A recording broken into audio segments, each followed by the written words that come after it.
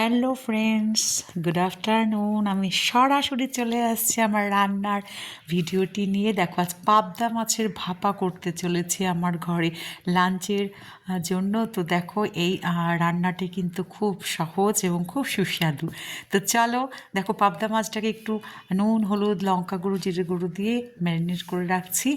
আর তোমার দিয়ে দিলাম পেঁয়াজ কুচো, লঙ্কা কুচো আর রসুন কুচোর সাথে। এবার এই ম্যারিনেট যে মাছটা করেছি সেই পুরোটা ঢেলে দিয়ে নেড়ে চেড়ে, হালকা করে নেড়ে চেড়ে কষিয়ে নিতে হবে, কারণ যেহেতু মাছটি ভাপা তাই কাঁচা।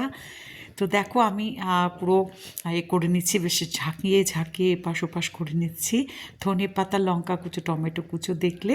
আর মাছটা আর মশলা একদম গা মাখা মাখা হয়ে গেছে মানেই কিন্তু ধরে নিতে হবে এটা তৈরি।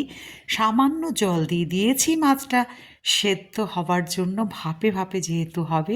আর টমেটো কুচোগুলো দিয়েছি, লাল রং আমাদের বাড়িতে পছন্দ করে তাই কিন্তু পরে দিয়েছি, তোমরা ইচ্ছে করলে আগেও দিতে পারো। দেখো, নেড়ে চেড়ে ধনে পাতা দিয়ে দিলাম। এবার কিন্তু মাছ রান্না রেডি, ঢেলে ফেললাম। খাবার জন্য পুরো তৈরি হয়ে গেল, সবাই বসেও রয়েছে খাবার জন্য। তো কেমন লাগলো আজকের এই পাবদা মাছের ভাপা ভিডিওটি অবশ্যই জানিও। ভালো লাগলে লাইক, কমেন্ট, শেয়ার করো বন্ধুরা। সব সময় পাশে থেকো, এই চ্যানেলটি সাবস্ক্রাইব করে নিও এই ভিডিওগুলো পাবার জন্য। ধনে পাতার রং দেখো কি সুন্দর, কাঁচা লঙ্কা ধনে পাতা দিয়ে এইভাবে যদি সার্ভ করতে পারো তাহলে দেখবে দেখতেই কত সুন্দর, খেতে তো সত্যি অসাধারণ স্বাদের হয়। তো এইভাবে বানিয়ে ফেলতে পারো, একদিন বানিয়ে খেয়ে দেখতে পারো, ভালো লাগলে প্রতিদিনও বানাতে পারো, যার যেমন ইচ্ছে রুচি।